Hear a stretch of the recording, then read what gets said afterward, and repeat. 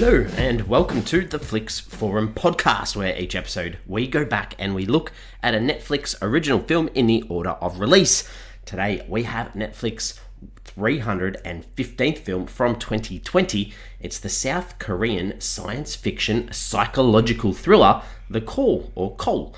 It's directed by Lee Chung-hyun and stars Park Shin-hye, Jeon Jong-seo, Kim Sung-ryung and Lee. I'm Jesse. I'm your host today. Thanks for joining me for this international film on Netflix.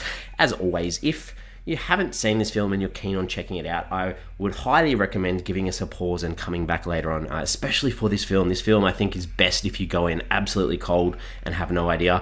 So give us a pause, come back later on, because we will spoil this as we go, especially with the start of our show, The Fast Flicks. So this is where we do a quick little summary of what the film's all about. So this one is about two women who find themselves connected through a phone 20 years apart.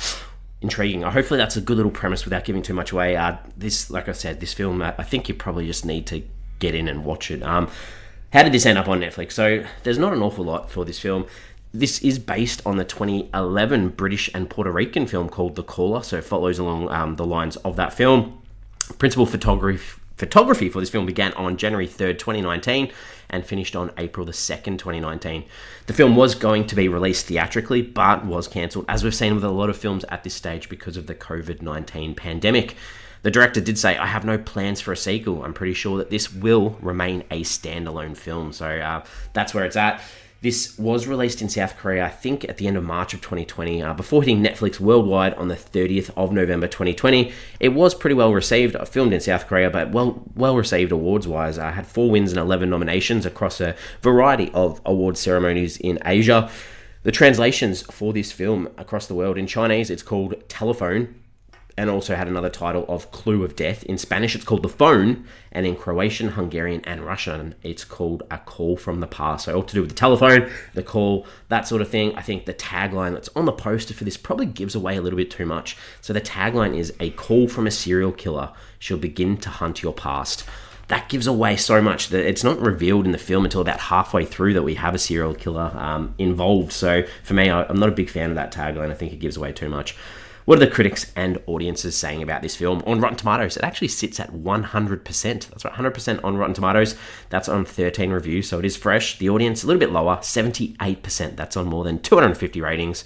On IMDb, sits at a 7.1 out of 10 on 44,000 ratings, so that's extremely high.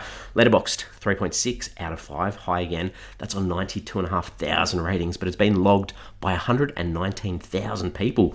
Metacritic, it doesn't have a critic consensus, but it does have an audience consensus. It's at a 7.4 out of 10 on 18 reviews, so that is in that green system of the traffic light system. Positives, positives, positives. What about my early thoughts?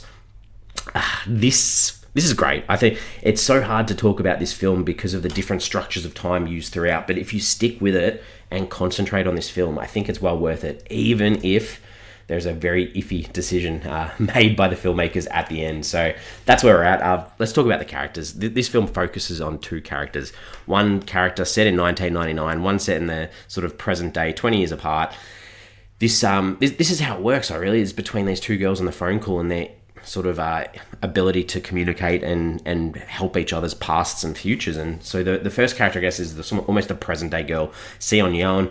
She is, I guess, the main protagonist that we follow the most. Her dad passed away in a house fire, and she blames her mum for this. So she's got this rocky relationship with her mum, even though her mum is sick and in hospital. And throughout the film, we sort of see that there's probably other understandings of that event with her dad. And obviously as well, there's lots of different time travel almost elements that probably impact this and her relationships and her character and that idea of family that we see in this film as well. And then the alter person, or the person in the past, is Young-suk, and she looks like, they want the audience to empathize with her because she's living with a stepmother who is really brutal towards her. I think she's, demonic, I guess, or possessed, and her biological mother's in a mental institution.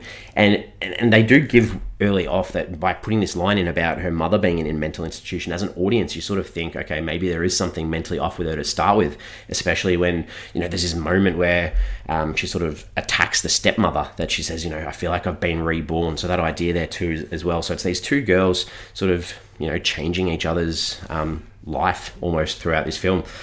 The director, Chung-hyun Lee. This is first feature, a few shorts, some TV work as well, and another Netflix original film in 2023, which is called Ballerina. So we'll get to that eventually, but very intrigued to see what sort of other work this director does. But let's talk about some scenes. What are some scenes that I liked? What didn't I like? It's a bit hard, I guess, to talk about scenes specifically because it's just so... It is edited so well, I guess I would say, because you're cutting backwards and forwards between locations, settings, times, and it all comes together quite nicely. So for me, there's this scene where Young-suk is saving Seo-yeon's father, and I mentioned before there was this house fire, he passes away, she saves him, and then the moment that we see Seo-yeon go downstairs, she's been, gone back to her family home, which is sort of dilapidated and it's all falling apart, and she gets the phone call that her dad's survived this house fire, and she goes downstairs and the house, it's no longer all boarded up, it's not dark, it's not gloomy, there's this warm lighting. She goes outside and sees her parents, sees her mum, who's not in hospital, sees her sort of like, wow, this is amazing, and then actually sees her dad, so, she cries, she hugs. That was just really nice, a really nice moment. I didn't mind the moments of Seo-yeon and Young-suk almost building this friendship over the phone, and especially through music and that ability of music to be multi-generational, I guess. So that was cool. I think it was Sung-ryung, he was the strawberry guy.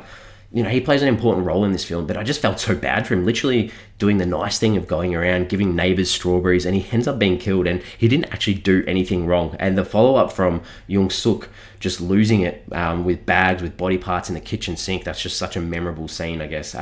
There's a moment where the young child version of Seo-yeon rocks up with her dad at Young-suk's house, and that realization of what was going to happen to them, and then seeing it all fold out in the tunnel in the current time as well, with the dad disappearing in the car, and oh man, wow, that was a really cool scene. And finally, I liked the setup from Seo-yeon to try and get Young-suk at this gas explosion and to try and wipe her out to solve her problems, and then she survives and then sort of calls her back and tells Seo-yeon that it was her fault her dad died in that explosion at the house. It was just really nice visuals, like that idea of gas explosions, and really cool.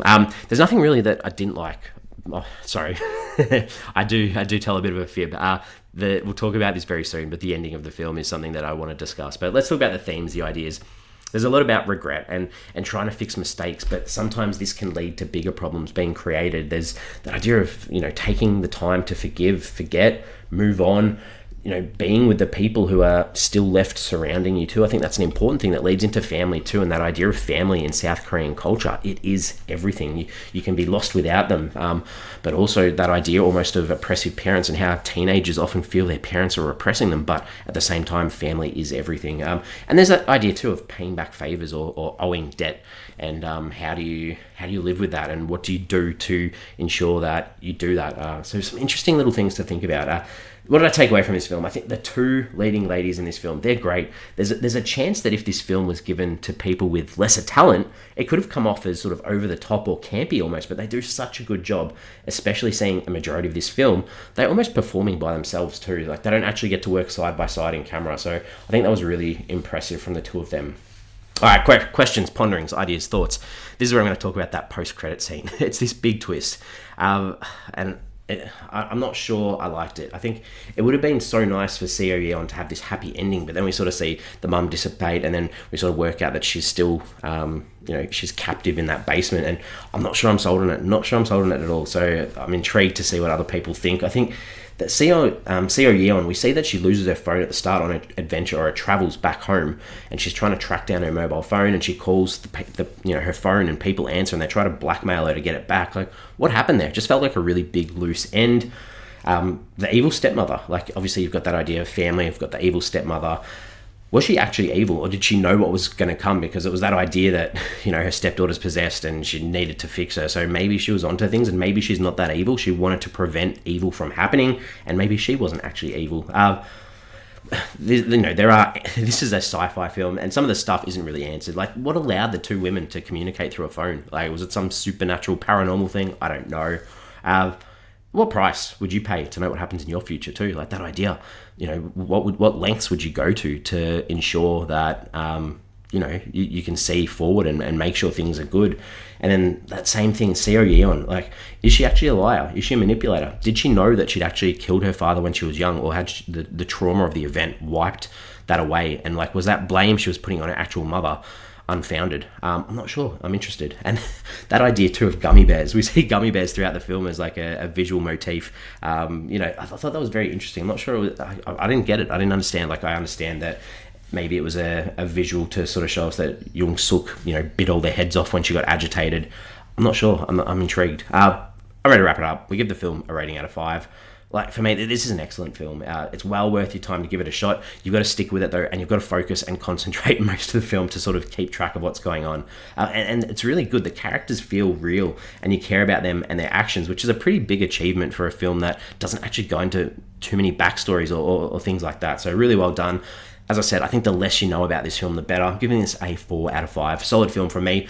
We're on socials. We have Instagram, we have Facebook, and we have X, formerly known as Twitter. The question I wanted to ask was, what would you give up to change your past? Is there anything you'd give up to change something that's happened in the past? I don't believe in this motto or this idea, because I think, you learn from your mistakes. You learn from your past, and then you move on and you develop going forward. So that's my take on that one. We're back next week. Next week, we have the 2020 Filipino drama called Finding Agnes. This one's directed by Marla and Cheddar and stars Yeltsin Bay, Sue Ramirez, and Sandy Andalong. Awesome. That's what we got next week. Hope you're interested. Give it a shot. Give it a watch. As always, thanks for hanging out, and I'll see you next week.